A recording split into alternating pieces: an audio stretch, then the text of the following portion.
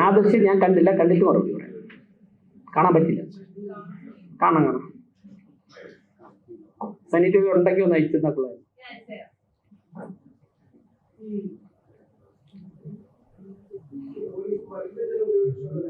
നിങ്ങൾ കണ്ടു നോക്കത്.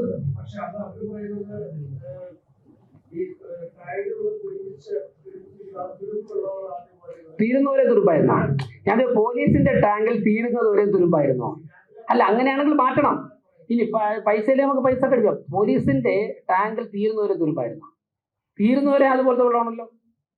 ഇത് ബോധപൂർവം അണുബാധയേറ്റ വെള്ളം കൊണ്ടുവരികയായിരുന്നു. പിന്നെ തുരുമ്പെന്നാ പറയാൻ പറ്റില്ല. എന്തറിയോ, ഇത് 6 മാസം മുമ്പ് ശേഖരിക്കുന്ന വെള്ളമല്ല. ജലപീരങ്കി ഉപയോഗിക്കേണ്ട ദിവസം രാവിലെ പോയി അന്ന് രാവിലെ ഇത്ര മണിക്കൂറിന് മുമ്പ് വെള്ളം ശേഖരിക്കാവുള്ള ആക്ടിൽ പറയുന്നുണ്ട്. നിങ്ങളൊന്ന് പരിശോധിച്ച് നോക്ക്. വെള്ളം തുരുമ്പിൽ വരണമെന്നുണ്ടെങ്കിലൊക്കെ കുറേ ദിവസം മുമ്പ് എടുത്തിടണം. അതൊന്നും നമ്മളോട് പറയണ്ട. ഞങ്ങളിപ്പോഴാണ് ഇവിടെയൊക്കെ ഇരിക്കുന്നത്. ഞങ്ങൾ ഒരുപാട് ഈ വെള്ളത്തിലൊക്കെ കളിച്ചിട്ടും കുളിച്ചിട്ടുള്ളവരാണ്. അതുകൊണ്ട് എന്തോ അതാണ് സത്യത്തിൽ അത് ഒഴിവാക്കേണ്ടായിരുന്നു. മനുഷ്യന് കുടിക്കാനും കുളിക്കാനും വെള്ളം കിട്ടുന്നില്ല. അതായത് ഇതുപോലുള്ള ഏതെങ്കിലും മൂലക്കിരുത്തേണ്ട പോലീസ് ഉദ്യോഗസ്ഥന്മാരെ ലോ ആൻഡ് ഓർഡറിൽ കൊണ്ടുവിടുന്നതിന്റെ പ്രശ്നമാണ്. ഒരു തെരഞ്ഞെടുപ്പ് ജയിക്കാനൊക്കെ തന്നെ കോമൺ സെൻസ് ഇല്ലാത്ത, നിയമം അറിയില്ലാത്ത, ഈ നമ്മുടെ യൂണിവേഴ്സിറ്റി കോളേജിലൊക്കെ നടത്തിയില്ല നേരത്തെ കോപ്പി അടിച്ചവരൊക്കെ, ഈ ടൈപ്പ് പോലീസ് ഉദ്യോഗസ്ഥന്മാരെ കൊണ്ടുവച്ചിട്ട് ഈ തെരഞ്ഞെടുപ്പ് ജയിക്കാൻ നോക്കുന്നതിന്റെ ഫലമാണ് ഒരു ഗവൺമെന്റ് അനുഭവിക്കുന്ന, ഒരു ജനം അനുഭവിക്കുന്ന, ജനത. ഇവരൊക്കെ സർവീസ് കയറി അവരെ പിരിച്ചുവിടാൻ പറ്റില്ലേ? അതിൽ മൂലക്കിരുത്തണം, വല്ല ഫയലൊക്കെ നോക്കാനോ പൊടിയടിക്കാനൊക്കെ.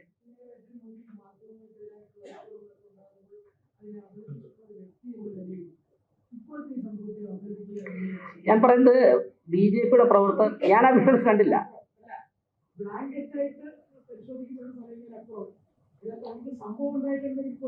അല്ല, മാധ്യമ പ്രവർത്തകരെ രണ്ട് കാര്യങ്ങളാണ് സാറേ. ഞാനൊരു കാര്യം പറയാം. 2 കാര്യങ്ങളാണ് ശ്രദ്ധിക്കേണ്ടത്. ഒന്ന്, മാധ്യമ പ്രവർത്തകരെ ഒരു കാരണവശാലും വാക്കുകൊണ്ടോ അല്ലെങ്കിൽ പ്രവൃത്തി കൊണ്ടോ അവരുടെ ശാരീരികമായിട്ടോ അവരുടെ പ്രവർത്തനം തടസ്സപ്പെടുത്താൻ പാടില്ല എന്നുള്ള ജനറൽ പോളിസിയാണ് BJPക്കുള്ളത്. ദേശീയ തലത്തിൽ തന്നെ നിങ്ങൾ ദേശീയ തലത്തിൽ BJPയുടെ ഏതെങ്കിലും ഇത്രയും കാലം ഞങ്ങളുടെ പാർട്ടി രൂപം കൊണ്ടതിന് ശേഷം ഇന്ന് വരെ ഏതെങ്കിലും ഒരു മാധ്യമ പ്രവർത്തകനെയോ മാധ്യമ സ്ഥാപനത്തെയോ ഞങ്ങളുടെ പാർട്ടിയുടെ പോളിസിയിൽ നിന്ന് മാറി ഏതെങ്കിലും ഒരു ലക്ഷക്കണക്കിന് കോടിക്കണക്കിന് മെമ്പർഷിപ്പുള്ള ലക്ഷക്കണക്കിന് നേതാക്കന്മാരുടെ പാർട്ടിയാണ് എവിടെയെങ്കിലും ചെയ്തത്. ഇതാണ് ജനറൽ പ്രിൻസിപ്പിൾ. പിന്നെ മാധ്യമ പ്രവർത്തകർ ഒരു കാര്യം മനസ്സിലാക്കേണ്ടത്,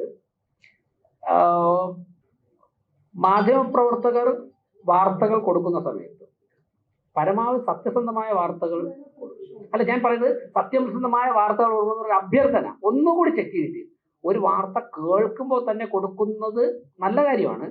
എവിടെയെങ്കിലും ഒന്നുകൂടെ ഒന്ന് ചെക്ക് ചെയ്തിട്ട് കൊടുത്താൽ നല്ലതാണെന്ന് വ്യക്തിപരമായിട്ട് അഭ്യർത്ഥനയുണ്ട്. നിങ്ങളുടെ സ്വാതന്ത്ര്യത്തിൽ കടന്നു കയറുന്നതല്ല. എന്നാല് പറഞ്ഞില്ലേ,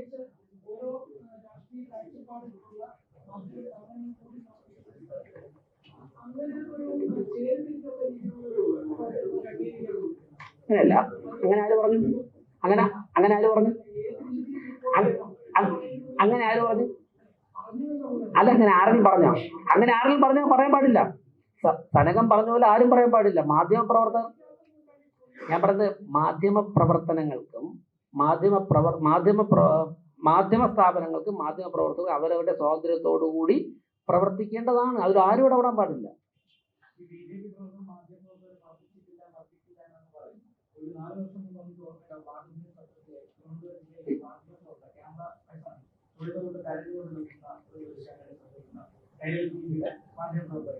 അത് BJP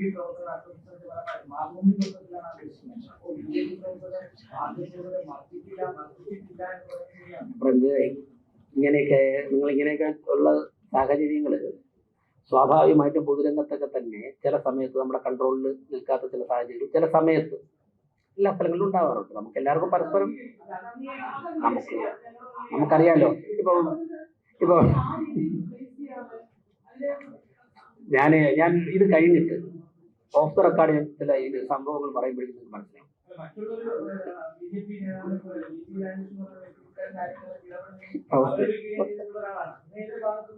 അല്ല, ഞാൻ പറഞ്ഞത് ഒരു കാരണവശാലും മാധ്യമ പ്രവർത്തകർ, ഞാൻ ചോദിക്കട്ടെ, ഇപ്പൊ ഇരിക്കുന്നതിൽ നല്ലൊരു ശതമാനം മാധ്യമപ്രവർത്തകർ കൊടുക്കുന്ന വാർത്തയൊക്കെ നമ്മൾ ആസ്വദിക്കുന്നതാണ്. നമ്മൾ ഒരു മാധ്യമപ്രവർത്തകനെയോ, ഞാൻ അടിവരയിട്ട് പറയുന്നു പ്രവർത്തകയെയോ, നമ്മൾ അവർക്ക് വേദനയോ വിഷമോ ഉണ്ടാക്കുന്നതിരുന്ന് വിമർശിച്ചിട്ടില്ല. കാര്യങ്ങൾ സംസാരിക്കുന്ന വസ്തുത അങ്ങനെയല്ല ഇങ്ങനെയാണെന്ന് പറഞ്ഞിട്ടുണ്ട്. ഇനിയും നിങ്ങൾക്ക് വാർത്ത കൊടുക്കാം, അതൊക്കെ നിങ്ങളുടെ സ്വാതന്ത്ര്യമാണ്.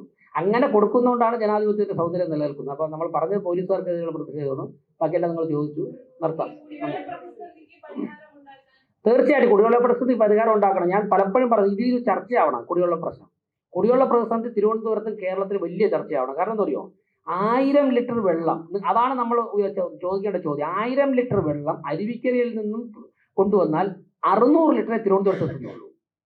ഇതെവിടെയാണ് പാളിയത്? ആ പ്രശ്നം പരിഹരിച്ചാൽ തിരുവനന്തപുരത്ത് കുടിവെള്ള പ്രശ്നമേ ഉണ്ടാവുകയില്ല. ഞങ്ങളിപ്പോൾ 210 ഉദ്ദേശം, ചില ദിവസം വ്യത്യാസം വരും, ടാങ്കറുകൾ കോർപ്പറേഷൻ വാടക കൊടുത്ത് നഗരത്തിൽ ഓടിക്കൊണ്ടിരിക്കുകയാണ്. ഇനി നിങ്ങൾക്ക് എവിടെയെങ്കിലും ശ്രദ്ധയിൽ അങ്ങനെ ടാങ്കറുകൾ എത്തണമെങ്കിൽ പറഞ്ഞാൽ 2000 മുതൽ 20,000 ലിറ്ററിന്റെ വരെ ചെറുതും വലുതും ടാങ്കറുകൾ അതിലെത്തിച്ചേരും. അതെ, പൈപ്പുകൾ പ്രവർത്തിക്കേണ്ടതാണ്, ജല അതോറിറ്റിയാണ് ചെയ്യേണ്ടത്. നമ്മൾ ബില്ല് അടയ്ക്കുന്നത് ജല അതോറിറ്റിക്കാണ്, അവരാണ് അത് ശരിയാക്കേണ്ടത്. തീർച്ചയായിട്ടും. ആ കിയോസ്ക് ആണ്, ഏതാണ് അമൃത പദ്ധതിയിൽ ഉൾപ്പെടുത്തി? ആ,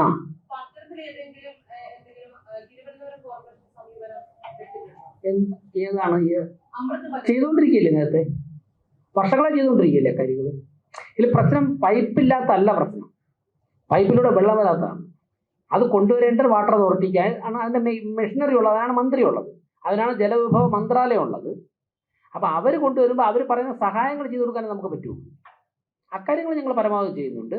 ഇനി നമ്മൾ പറഞ്ഞ ഇത് ഞാൻ ഈ ഒരു സമയത്ത് പറയുന്നതല്ല, മേയർ എന്നുള്ള നിലയ്ക്കുള്ള ചുമതലയേറ്റതിന് ശേഷം കൃത്യമായിട്ട് നിരന്തര ഉദ്യോഗസ്ഥരുമായിട്ട് സമ്പർക്കമുള്ളത് കൊണ്ട് പിന്നെ പഠിച്ചതിന് ശേഷം പറയുകയാണ്, തിരുവനന്തപുരത്ത് അരുവിക്കരയിൽ നിന്നുള്ള വെള്ളം പൂർണ്ണമായിട്ടും എത്തുന്നില്ല, അവിടെ നിന്ന് കൊണ്ടുവരുന്ന വെള്ളം എത്തുന്നില്ല. അതുകൊണ്ട് തന്നെ വേനൽക്കാലം ആകുമ്പോഴേക്കും ആൾക്കാർ കൂടുതൽ വെള്ളം ഉപയോഗിക്കുമ്പോൾ ഫോഴ്സ് കുറയും.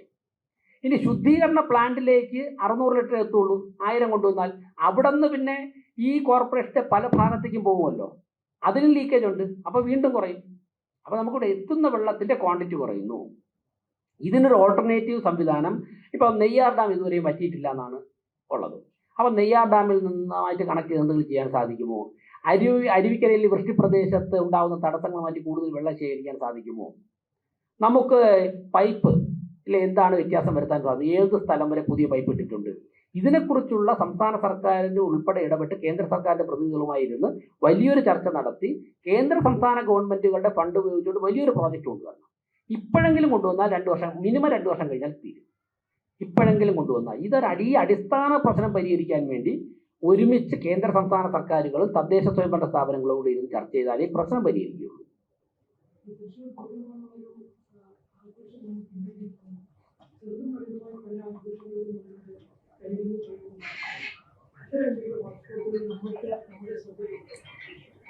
ഇതുവരെയും പോലീസിന്റെ ഭാഗത്തൊന്നും അങ്ങനെ ഒരു നമ്മളെ ശ്രദ്ധയിൽപ്പെടുത്തേണ്ട കാര്യമൊന്നും പറഞ്ഞിട്ടില്ല. അങ്ങനെ വന്ന സ്ഥിതിക്ക് സ്വാഭാവിക ചർച്ച ഒരു പരിശോധിക്കാം.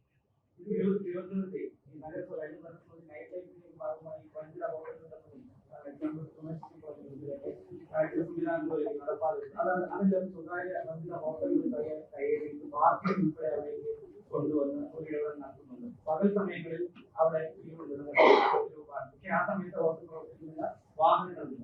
അതേസമയം 6 മണി കഴിഞ്ഞാൽ വണ്ടിയുടെ വാഹനങ്ങൾ അവിടെ വരുമ്പോൾ റോഡ് പോലും അവസാനം ചോദിച്ച ഒരു അടിയന്തരം എന്നുള്ള വാക്കിലേക്ക് ഞാൻ പോരുന്നില്ല. എനിവേ നിയമവിരുദ്ധമായിട്ട് പ്രവർത്തിക്കുന്ന എല്ലാ മേഖലകളിലും ഞങ്ങൾ ഇടപെടും. അത് എപ്പോൾ ഇടപെടും, എന്ന് ഇടപെടുമെന്ന് ചോദിച്ചു കഴിഞ്ഞാൽ ഞങ്ങളതിൻ്റെ സമയം പറയാം. പക്ഷെ ആ ഇടപെടുന്ന സമയത്ത് മാധ്യമങ്ങൾ കോർപ്പറേഷൻ ചെയ്യുന്ന നിയമവിധേയമായിട്ടുള്ള കാര്യങ്ങൾക്ക് പൂർണ്ണ പിന്തുണ ഉണ്ടാവണം ആയിരുന്നു. അതുകൊണ്ടാണ് വീണ്ടും ഞാൻ നന്ദി പറഞ്ഞുകൊണ്ടാണ് പറയുന്നത്, ഉണ്ടാകണം.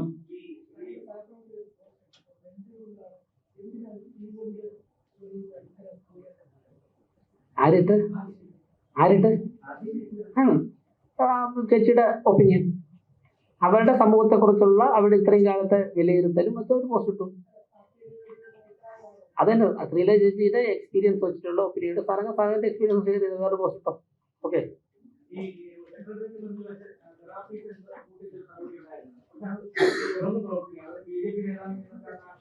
അല്ലല്ല, അങ്ങനെ ബി ജെ പി നേതാവിൻ്റെതൊന്നുമല്ല. ബി ജെ പി ഞാൻ പറയാം, അത് സ്വാഭാവികമായിട്ടും ഒരു പ്രസ്ഥാനത്തിൽ ഏതൊരു സ്ഥാപനത്തിലായാലും ശരി തന്നെ ചില കണ്ടെത്തലുകൾ നടത്തി കഴിഞ്ഞാൽ ആ കണ്ടെത്തലുകളനുസരിച്ച് നടപടിയെടുത്തിരിക്കും. ആ നടപടി റെക്ടിഫൈ ചെയ്ത് കഴിഞ്ഞാൽ സ്വാഭാവികമായിട്ടും അല്ല, അത് സെക്ഷൻ ഹെൽത്ത് സെക്ഷനിൽ അന്വേഷിക്കും.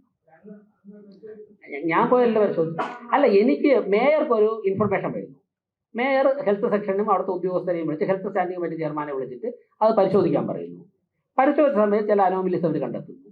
ആ അനോമലി ഞാൻ പിന്നെ ഒരു ഇൻഫർമേഷൻ കിട്ടി ഷെയർ ചെയ്ത് കഴിഞ്ഞാൽ അതിൻ്റെ പുറകെ മേയർ ഇപ്പം അങ്ങനെയാണെങ്കിൽ ഇവിടെ എന്തെല്ലാം ലക്ഷക്കണക്കിന് സ്ഥാപനം നടക്കുന്നുണ്ട്, എല്ലാത്തെക്കുറിച്ച് ഇൻഫർമേഷൻ കിട്ടാറുണ്ട്. ഒരു മേയർക്ക് അതിൻ്റെ എല്ലാം പുറകെ ഞാൻ ഇൻഫർമേഷൻ പാസ് ചെയ്തു. അവ പറഞ്ഞതിൽ ചില വസ്തുത ഉണ്ടെന്ന് കണ്ടെത്തി. അവരതിൻ്റെ വലിയ ആക്ഷൻ എടുത്തു. റെക്ടിഫൈ ചെയ്ത് കഴിഞ്ഞാൽ മുമ്പോട്ട് പോകും. ഓക്കെ. യഥാർത്ഥമവും എന്നാൽ അങ്ങേയറ്റം തന്നെ വേദനാജനകവുമായിട്ടുള്ള ഒരു കാര്യമാണ് ഇന്നലെ വട്ടിയൂർക്കാവ് പോലീസ് സ്റ്റേഷന് മുമ്പിൽ സംഭവിച്ചത്. നമുക്കറിയാം, കഴിഞ്ഞ തെരഞ്ഞെടുപ്പ് സമയം മുതൽ തന്നെ, തെരഞ്ഞെടുപ്പ് പ്രചരണ സമയം മുതൽ തന്നെ തെരഞ്ഞെടുപ്പ് സമയത്ത് ട്രാൻസ്ഫറായി വന്ന വട്ടിയൂർക്കാവ് സർക്കിൾ ഇൻസ്പെക്ടർ ബിപിൻ, അദ്ദേഹത്തിൻ്റെ നേതൃത്വത്തിൽ വട്ടിയൂർക്കാവ് പ്രദേശത്ത് മുഴുവനും ഏകപക്ഷീയമായി ബി ജെ പി പ്രവർത്തകരെയും ബി ജെ പിയുടെ തെരഞ്ഞെടുപ്പ് പ്രവർത്തനത്തെയും തടസ്സപ്പെടുത്തുവാനുള്ള നീക്കങ്ങൾ ഉണ്ടാവുകയായിരുന്നു.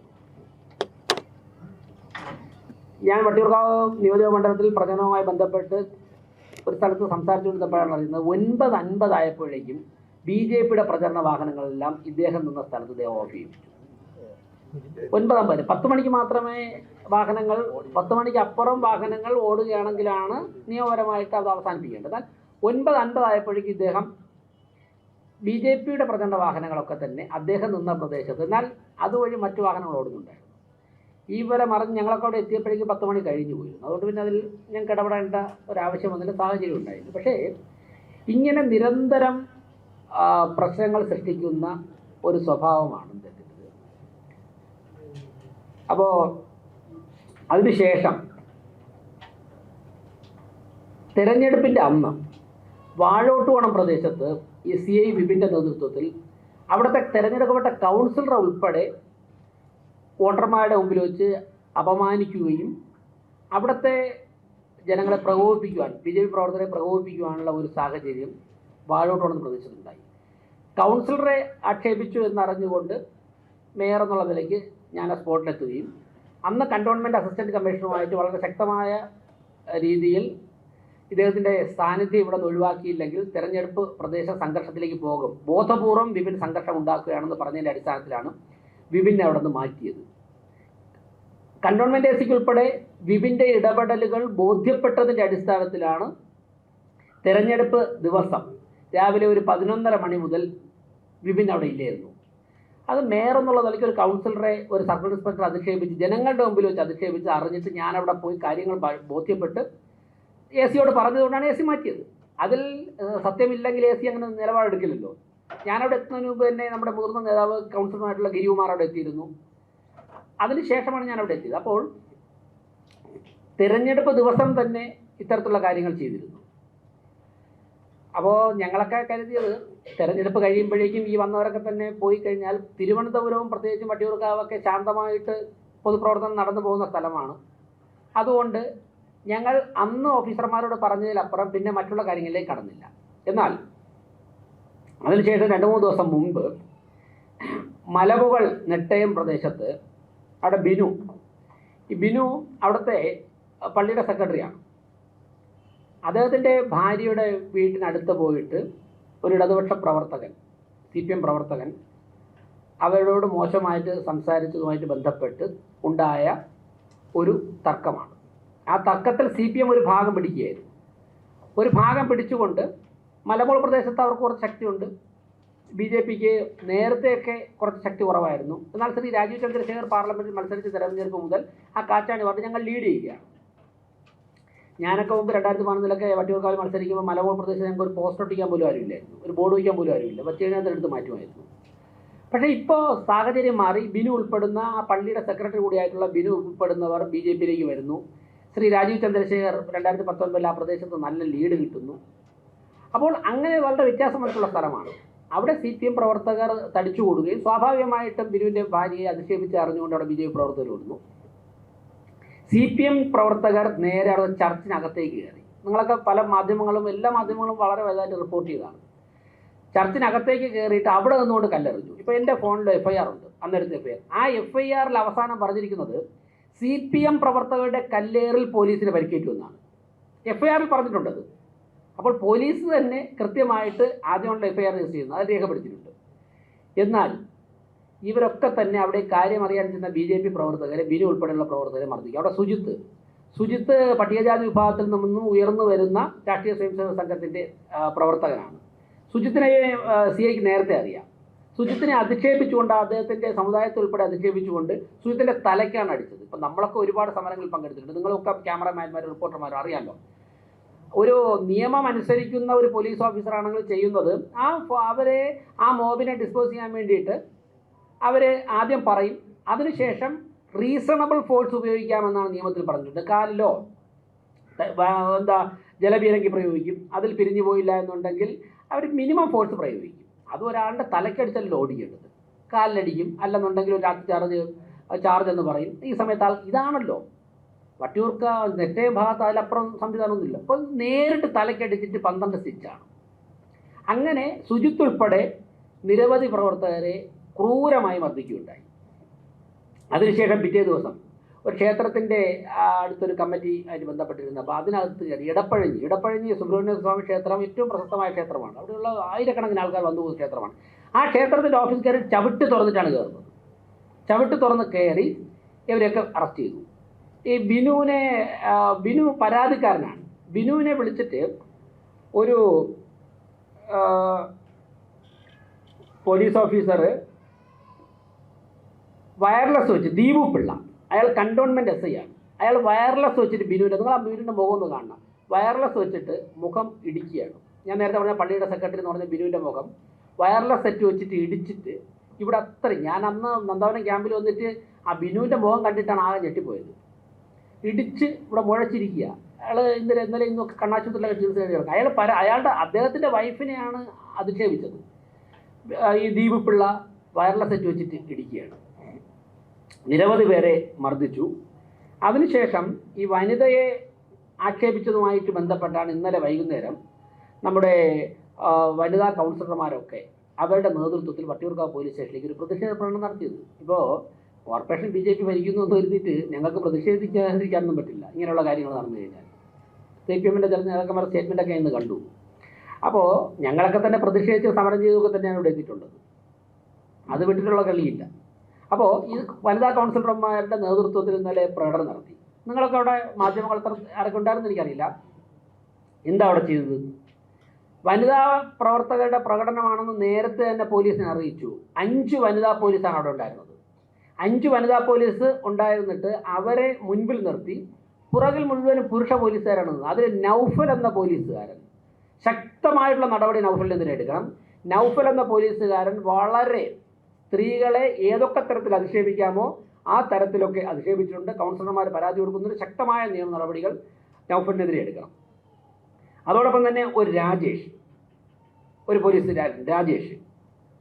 അപ്പോൾ ഇവരൊക്കെ നിന്നിട്ട് വനിതാ പ്രവർത്തകരെ ശക്തമായിട്ട് കൗൺസിലർമാർ ഉൾപ്പെടെ തിരഞ്ഞുപിടിച്ച് ആക്രമിക്കുകയായിരുന്നു. സ്വാഭാവികമായിട്ടും ശക്തമായിട്ടുള്ള പ്രതിഷേധം ഞങ്ങൾക്കുണ്ട്. വനിതാ കൗൺസിലർമാരെയും വനിതാ പ്രവർത്തകരെയും ആക്രമിച്ച പോലീസുകാർക്കെതിരെ ശക്തമായ നടപടികൾ സ്വീകരിക്കണം. അതോടൊപ്പം തന്നെ മനുഷ്യാവകാശ ലംഘനം നടത്തിയിട്ടുണ്ട്. നിങ്ങളുടെ ചാനലുകൾ പുറത്തുവിട്ട വിഷ്വൽസിൽ ഞാൻ ഏറ്റവും ഭയത്തോടെ കണ്ടൊരു കാര്യം, ജലപീരങ്കി ഉപയോഗിച്ചല്ലോ, അതിൽ നിന്ന് വന്ന വെള്ളം എന്താ? അത് നിങ്ങൾ കണ്ടിട്ടുണ്ടാകും. നിങ്ങൾ പുറത്തുവിട്ട വിഷ്വൽസാണ്. ജലപീരങ്കി പ്രയോഗിക്കുന്നതിന് പോലും ഈ നാട്ടിൽ ചില നിയമങ്ങളുണ്ട്, അതറിയണം. അത് എവിടെ നിന്ന് ഫില്ല് ചെയ്ത വെള്ളമാണ്, ആ വെള്ളം ഫില്ല് ചെയ്ത് ഏത് കുളത്തിൽ നിന്നാണ്, എവിടെ നിന്നാണ്, ഏത് സമയത്താണ്, ആരുടെ നിർദ്ദേശപ്രകാരമാണ് അണുബാധയേറ്റ വെള്ളം വനിതാ പ്രവർത്തകർക്ക് നേരെ ചീറ്റിയത്. ഇപ്പോൾ അവർ ഇന്നലെ സ്വകാര്യ ആശുപത്രിയിലായിരുന്നു, ഇപ്പോൾ മെഡിക്കൽ കോളേജിൽ പോവുകയാണ്. 2 മണിക്ക് അവർ മെഡിക്കൽ കോളേജിലേക്ക് അവരെ ഷിഫ്റ്റ് ചെയ്ത് കാണും. കാരണം പലർക്കും ഇന്നലെ രാത്രി ഒരാളിന് കാതിൻ്റെ ഡയഫ്രം തന്നെ കംപ്ലൈൻറ്റ് വന്നിട്ടുണ്ട്. രാത്രി മുഴുവൻ ഞങ്ങളൊക്കെ രാത്രി 12 മണിക്ക് 1 മണിക്കും പോകുമ്പോഴേക്കും വേദന കൊണ്ട് പൊളയുകയാണ് അജുവൽ ഹോസ്പിറ്റലിൽ. അതൊന്നും നടക്കില്ല. എന്നിട്ട് ഏറ്റവും മോശപ്പെട്ട വെള്ളം എടുത്തിട്ട് ഒരു വെള്ളം ചീത്തയാണ്. നിങ്ങൾ നോക്കൂ, നിങ്ങൾ ഇന്നലെ റെക്കോർഡ് ചെയ്ത് നോക്കൂ. ചെളിവെള്ളമാണ് വീഴുന്നത്. അത് അണുബാധ ഉണ്ടാകാൻ സാധ്യതയുള്ള, ഇപ്പോൾ വേനലാണ്, വെള്ളം കുറവാണ്. അപ്പോൾ അങ്ങനെയുള്ള സ്ഥലത്തു നിന്നാണ് ഇവരെ ജലപീരങ്കി പ്രയോഗിക്കണമെന്നുണ്ടെങ്കിൽ കൃത്യമായിട്ട് പറഞ്ഞിട്ടുണ്ട് മാനദണ്ഡം. ശുദ്ധമായ ജലം ശേഖരിക്കണം. ഇവരൊക്കെ ജനപ്രതിനിധികളില്ലേ, മനുഷ്യരില്ലേ, സ്ത്രീകളില്ലേ? അപ്പോൾ ആ ഏത് ഉദ്യോഗസ്ഥൻ്റെ നിർദ്ദേശപ്രകാരമാണ് ഈ ചീത്തയായ വെള്ളം, അണുബാധയേറ്റ വെള്ളം കൗൺസിലർമാർക്കെതിരെ പ്രയോഗിച്ചതെന്ന് മറുപടി പറയാൻ വേണ്ടി പോലീസ് തയ്യാറാകണം. ഉന്നത പോലീസ് ഉദ്യോഗസ്ഥന്മാർ മറുപടി പറയണം. ഈ ഭ്രാന്തമായ ആവേശത്തോടെ ജനങ്ങളെ ആക്രമിക്കുന്ന 2-3 SI-മാരെയും CI-മാരെയും ഇറക്കി നാട്ടിലോട്ട് വിട്ടിട്ട് ഈ നാട്ടിലെ ക്രമസമാധാനം താർക്കാനാണെന്ന് വിചാരിക്കുന്നത് അങ്ങനെ വിട്ടുകൊടുക്കാനും സാധിക്കില്ല. അപ്പോൾ ശക്തമായിട്ടുള്ള പ്രതിഷേധം ഞങ്ങൾക്കുണ്ട്. ഇതിൽ സുജിത്തിനെ മർദ്ദിച്ച വിപിനെതിരെ പട്ടികജാതി നിയമപ്രകാരം കേസെടുക്കണം. ദേശീയ പട്ടികജാതി കമ്മീഷൻ അവർ കേസ് അയച്ചിട്ടുണ്ട്. അതോടൊപ്പം തന്നെ അണുബാധയേറ്റ വെള്ളം വനിതകൾക്ക് നേരെ, വനിതാ കൗൺസിലർമാർക്ക് നേരെ വെള്ളം പ്രയോഗിച്ചതിൽ, ജലപീരങ്കി പ്രയോഗിച്ചതിൽ ഞങ്ങൾക്ക് പ്രതിഷേധമുണ്ട്. ഇന്ന് ഞാൻ ഒരുപാട് പത്രസമ്മേളനം നടത്തിയിട്ടുണ്ട്. ഈ പോലീസുകാർ കടിച്ചതിനെതിരെ പത്രസമ്മേളനം നടത്തുന്നത് ആദ്യമായിട്ടാണ്. ഞാൻ ചോദിക്കട്ടെ, ഇത് എവിടുത്തെ പഠിപ്പിച്ച ഏത് ക്യാമ്പിലാണ് കടിക്കാൻ ട്രെയിനിങ് കൊടുക്കുന്നത്? നിങ്ങൾ DGPയോട് ചോദിച്ചു നോക്കണം. സമരം ചെയ്യുന്നവരെ കടിച്ചു തോൽപ്പിക്കണം എന്ന് പോലീസുകാർക്ക് ട്രെയിനിങ് കൊടുക്കുന്നത് ഏത് ക്യാമ്പിലാണ്? അങ്ങനെയാണെങ്കിൽ അറിയണമല്ലോ. അങ്ങനെ ട്രെയിനിങ് ഒരു ജനാധിപത്യ സംവിധാനത്തിൽ കൊടുക്കുകയാണെന്നുണ്ടെങ്കിൽ ഞങ്ങൾക്ക് അതിന് അനുവദിച്ചു കൊടുക്കാൻ പറ്റില്ല. ആ ട്രെയിനിങ്ങിനെതിരെ എന്ത് ചെയ്യുമെന്ന് ഞങ്ങൾക്കറിയാം. അതെ, നിങ്ങൾ കേട്ടിട്ടുണ്ടോ? ഇനി വേറൊരു കാര്യം ചെയ്യട്ടോ, ഞങ്ങളുടെ ഇപ്പോഴത്തെ പ്രധാനപ്പെട്ട ജോലിയുള്ളൊന്ന് ഷെൽട്ടർ പണിയൊക്കെ വേണം. ഞങ്ങൾ ചിലപ്പോൾ ഷെൽട്ടർ പണിയേണ്ടി വരും ഈ കടിക്കുന്നവർക്ക് വേണ്ടി. അതാണ് ഞങ്ങളുടെ പ്രധാനപ്പെട്ട ജോലിയുള്ളൊന്ന്. ഈ നടപടി ആരംഭിച്ചു കഴിഞ്ഞാൽ അങ്ങനെ കടി കൂടുകയാണെന്നുണ്ടെങ്കിൽ അത് അന്വേഷിക്കേണ്ടതായിട്ടുണ്ട്. അതിൻ്റെയൊക്കെ വിഷ്വൽസ് ഉണ്ട്. മാത്രമല്ല പുരുഷ പോലീസുകാർ കടിച്ചു എന്നാണ് ഈ വിക്ടിംസ് പറയുന്നത്. അത് പരിശോധിക്കണം. അവരൊക്കെ തന്നെ ചികിത്സയിലാണ്. അത് പരിശോധിക്കേണ്ടതായിട്ടുണ്ട്. ഒരു പോലീസ് സംവിധാനം ഇത്രയും പ്രാകൃതമായ ഒരു അവസ്ഥയിലേക്ക് പോയാൽ അങ്ങനെ വിട്ടുകൊടുക്കാൻ പറ്റില്ല. ശക്തമായിട്ട് പ്രതിഷേധമുണ്ട്. തിരുവനന്തപുരം കോർപ്പറേഷനിലെ തിരഞ്ഞെടുക്കപ്പെട്ട കൗൺസിലർമാർക്ക് നേരെ പോലീസിൻ്റെ ഭാഗത്തുനിന്നുണ്ടായ ഈ പ്രവർത്തനത്തിൽ മേയർ എന്നുള്ള നിലയ്ക്ക് ശക്തമായ പ്രതിഷേധം രേഖപ്പെടുത്തുകയാണ്. വരാൻ പോകുന്ന ദിവസങ്ങളിൽ ഞങ്ങൾ നിയമ നടപടി സ്വീകരിക്കും. രാഷ്ട്രീയം ഭരണപരവുമായി ഏതൊക്കെ തരത്തിൽ ഇടപെടാൻ പറ്റുമോ ആ തരത്തിലൊക്കെ ഇടപെടും. അതുകൊണ്ട് ഇങ്ങനെയുള്ള ഭ്രാന്തമായിട്ടുള്ള ആവേശം കാണിക്കുന്ന പോലീസുകാരെ വെച്ചുകൊണ്ട് മുമ്പോട്ട് പോകാൻ പറ്റില്ല. അതുപോലെ തന്നെ ഞാനിപ്പോൾ മുഖ്യമന്ത്രി പറഞ്ഞ പോലൊന്നും പറയുന്നില്ല, ചില ആക്ഷനുകളൊക്കെ കാണിച്ചിട്ടുണ്ട്. സ്വാഭാവികമായിട്ടും അങ്ങനെയൊക്കെ കാണിക്കുന്നവർ ഓർത്താൽ നന്നായിരിക്കും. ഇങ്ങനെയൊക്കെ കാണിക്കാൻ പാടില്ല എന്ന്. അല്ലെങ്കിൽ പരിമിതികളോട് വേറൊന്നും പറയുന്നില്ല.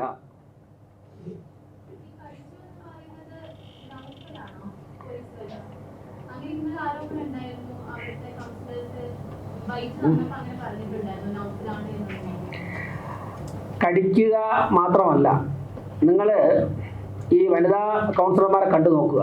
അവരുടെ ശരീരത്തിൽ എന്തൊക്കെയാണ് ചെയ്തതെന്ന് ഈ പറഞ്ഞ പേരുകാർ, ഈ നൗഫൽ എന്തൊക്കെയാണ് ചെയ്തതെന്ന് മാധ്യമപ്രവർത്തകർ ഇത് കഴിഞ്ഞിട്ട് നേരെ പോയിട്ട് ഈ കൗൺസിലർമാരെ കാണുക. ഞാൻ പത്രസമ്മേളനത്തിൽ പറഞ്ഞത് അതിലപ്പുറമുണ്ട്. അവരുടെ പരാതിയുള്ള കാര്യങ്ങളൊക്കെ ഉണ്ട്. കടിക്കുകയും ചെയ്തിട്ട് ശരീരത്തിൽ സ്പർശിക്കുകയും ചെയ്തിട്ടുണ്ട്. ഞങ്ങൾ ചോദിക്കുന്നത്, വനിതകളെ മർദ്ദിക്കാൻ വേണ്ടി അവരുടെ ശരീരത്തിൽ സ്പർശിക്കാൻ വേണ്ടി പുരുഷ പോലീസിന് എന്താണ് അധികാരം? വനിതകളുടെ മാർച്ചാണെന്ന് തലേ ദിവസം തന്നെ അറിയിച്ചിട്ടും 5 വനിതാ പോലീസുകാരെ നിർത്തിയിട്ട് ബാക്കി മുഴുവൻ പുരുഷ പോലീസുകാരായിരുന്നു. ആരാണ് ഇതിന് നിർദ്ദേശം കൊടുത്തത്?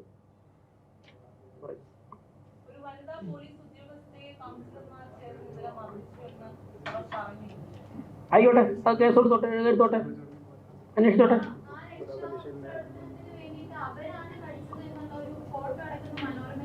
അപ്പൊ കടിച്ചു എന്ന് സമ്മതിച്ചു. അല്ല, ഞാൻ പറയട്ടെ, അല്ല കടിച്ചോ ഇല്ലയോ? അപ്പൊ മനോരമയുടെ ലേഖനം ഉണ്ടോ? മനോരമയിൽ ആരെങ്കിലും ഉണ്ടോ? ചാനലിൻ്റെ ആരെങ്കിലും ഉണ്ടോ? സഹകരിക്കില്ലേ? മനോരമ എന്നത് ശരിയാണല്ലോ, മനോരമയിൽ വന്നത് ശരിയാണല്ലോ. തെറ്റാണെന്ന് പറയാൻ പറ്റില്ല. അപ്പം അല്ല, കടിച്ചു മനോരമ എന്നത് ശരിയാണല്ലോ. സനക കടിച്ചു എന്നുള്ളത് ശരിയാണല്ലോ. അപ്പൊ കടിച്ചു എന്ന് നിങ്ങൾ രണ്ടുപേരും സമ്മതിച്ചു. കടിക്കുന്ന ചിത്രമാണോ വന്നിരിക്കുക? ഫോട്ടോ എടുത്തത്, ചിത്രത്തിന്റെ ഫോട്ടോ എടുത്ത മനോരമയുടെ ഫോട്ടോഗ്രാഫറല്ലേ? പുരുഷ പോലീസ് കടിച്ചു. നിങ്ങൾ കാര്യം ചെയ്യൂ. അല്ല, കടിച്ചല്ല പുരുഷനാണ് കടിച്ചത്. പുരുഷ പോലീസുകാർ കടിച്ചു എന്നുള്ള പരാതിയാണ് കൗൺസിലർമാർക്കുള്ളത്. അത് വസ്തുതയാണ്. ഞങ്ങൾ ഇന്നലെ രാത്രി, ഞാൻ പറയാം, ഞാൻ പോയി മുൻ കേന്ദ്രമന്ത്രി ശ്രീ വി മുരളീധരൻ ഉൾപ്പെടെ ഉള്ളവർ ആശുപത്രിയിൽ പോയി ഇവരുമായിട്ട് സംസാരിച്ച് അത് ബോധ്യപ്പെട്ടതിൻ്റെ അടിസ്ഥാനത്തിലാണ് ഞങ്ങൾ പത്രസമ്മേളനം വിളിച്ചത്. ഇന്നലെ ഞാൻ വിളിച്ചില്ലല്ലോ. ഇന്നലെ രാത്രി 11-12 മണി വരെ മർദ്ദനമേറ്റ ഓരോ കൗൺസിലർമാരെയും മേയർ എന്നുള്ള നിലയ്ക്ക് ഞങ്ങൾ പോയി കണ്ട് ഓരോരുത്തരോടും ചോദിച്ച് സംസാരിച്ച് വിവരങ്ങൾ ശേഖരിച്ചതിൻ്റെ അടിസ്ഥാനത്തിലാണ്. പുരുഷ പോലീസുകാർ കടിച്ചിട്ടുണ്ട്. ഈ നൗഫൽ ശാരീരികമായി ഉപദ്രവിച്ചിട്ടുണ്ട്. വനിതാ പ്രവർത്തകർ മാർച്ച് നടത്തുന്നത് നൗഫലിന് എന്താണ് കാര്യം? ഈ രാജേഷിന് എന്താണ് കാര്യം? എന്താ തിരുവനന്തപുരത്തുള്ള ക്യാമ്പിൽ വനിതാ പോലീസുകാരും ഇല്ലേ? അവരെല്ലാം മാഞ്ഞു പോയോ? ഒരു 250 മഹിളാ മോർച്ച പ്രവർത്തകരെ കൗൺസിലർമാരെ പ്രിവെന്റ് ചെയ്യാനുള്ള വനിതാ പോലീസൊക്കെ അങ്ങനെയാണെന്നുണ്ടെങ്കിൽ പോലീസ് സംവിധാനം പിരിച്ചു കൊടുക്കട്ടെ. കടിക്കുന്ന ആൾക്കാരെ ഇവിടെ ഉള്ളൂ. അത് DGP ഉൾപ്പെടെ മറുപടി പറയണം തീർച്ചയായിട്ടും. പിന്നെ അതും അതിലപ്പുറവും പോകും. ഞാൻ നേരത്തെ പറഞ്ഞല്ലോ ദേശീയ പട്ടികജാതി കമ്മീഷനിലേക്ക് പോകുന്നുണ്ടെന്ന്. ആക്ഷൻ എടുക്കാം എന്നുള്ള കാര്യം അവർ പറഞ്ഞിട്ടുണ്ട്. പക്ഷേ ഈ തിരഞ്ഞെടുപ്പ് സമയത്ത് ട്രാൻസ്ഫറായി വന്ന ഉദ്യോഗസ്ഥരെ നിയന്ത്രിക്കാൻ വേണ്ടി പോലീസിൻ്റെ മേധാവികൾക്ക് കഴിയുന്നില്ലെന്നാണ് ഞങ്ങൾ നടത്തിയ നിരീക്ഷണത്തിൽ മനസ്സിലാവുന്നത്. കാരണം ഞങ്ങൾ വന്നിട്ട് ഇത് ഡ്യൂട്ടി കഴിഞ്ഞ് ഞങ്ങൾ തിരിച്ചു പോകാം എന്നുള്ള ധൈര്യത്തിലും അഹങ്കാരത്തിലുമാണ് വന്നതെങ്കിൽ